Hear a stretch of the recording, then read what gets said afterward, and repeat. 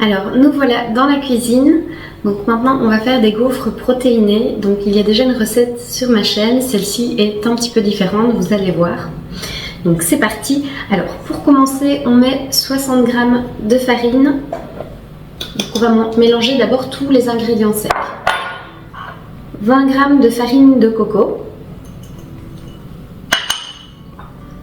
20 g de poudre d'amande. Alors si vous n'avez ni poudre d'amande ni de farine de coco, vous pouvez tout simplement remettre 40 g de farine classique en plus. Donc ce qui vous fera 100 g en fait de farine en éliminant la farine de coco et la farine d'amande. Et ici on a 10 g de graines de lin moulues. Là, on va ajouter une cuillère à café de levure chimique.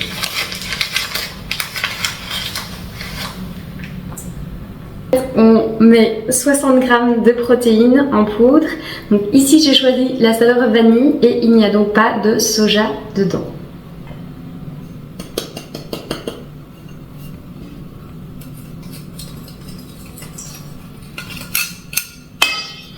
Donc on mélange les ingrédients secs. Voilà. Et ensuite on va ajouter les liquides. Alors dans les liquides, c'est compris aussi, sont compris en fait tout ce qui peut être humide tout simplement. Donc il y a aussi la banane. Donc ici il y a une petite banane écrasée et j'ai 90 g de banane. Donc je l'ai pesé exprès pour que vous ayez les quantités exactes. On va ajouter 2 cuillères à soupe, 2 cuillères à soupe de sirop. Donc ici c'est toujours le sirop d'agave. Et enfin 250 ml de lait. Donc ici j'ai choisi du lait d'amande, toujours amande grillée. Voilà, donc c'est ce que j'ai à la maison, donc je prends celui-ci. Voilà, si vous n'êtes pas allergique au soja, eh bien vous pouvez aussi utiliser du lait de soja. Ça rehaussera un petit peu en protéines, mais ça reste quand même assez léger.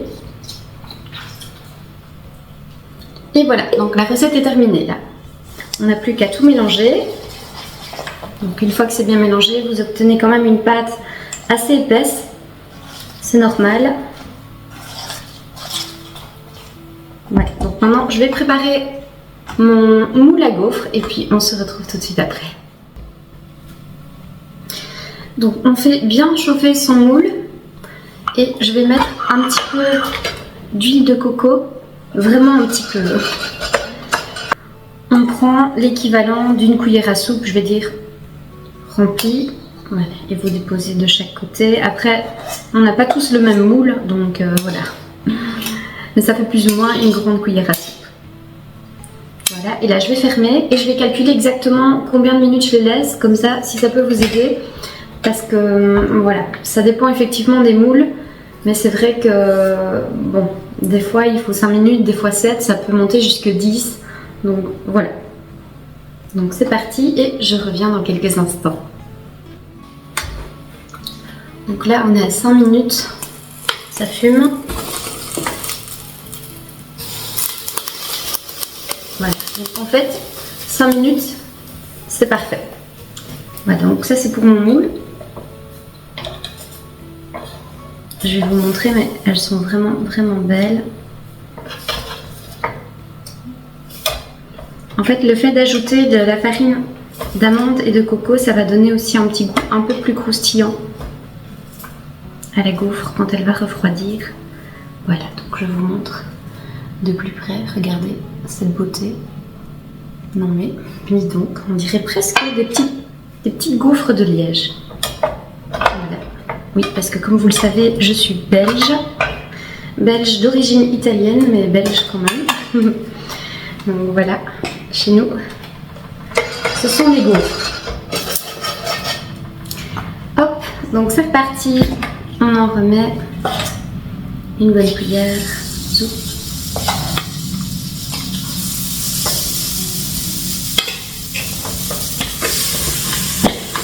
On recalcule 5 minutes.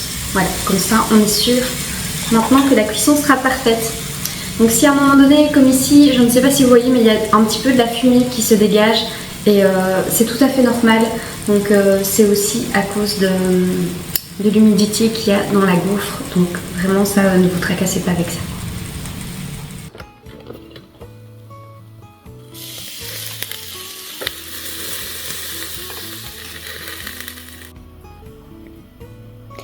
Donc avec toute la préparation, j'ai fait 8 gaufres. Voilà. Alors si jamais je les ai laissées entre 4 à 5 minutes complètes. Donc quand je dis complète, c'est qu'il ne faut pas ouvrir votre moule entre temps, sinon vous allez décoller le bas de la gaufre avec le haut. Alors si jamais ça vous arrive parce que vous êtes curieux, eh bien tout simplement vous refermez votre moule et vous attendez.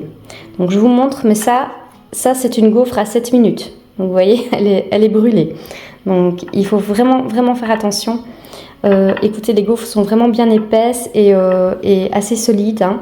Donc ça c'est aussi grâce au fait que j'ai ajouté de la farine d'amande, enfin de la poudre d'amande et de la farine de coco. Ça rajoute un petit croustillant, une consistance à la gaufre. Voilà, si vous voulez des gaufres plus moelleuses, vous pouvez vous diriger vers l'autre recette que j'avais fait précédemment.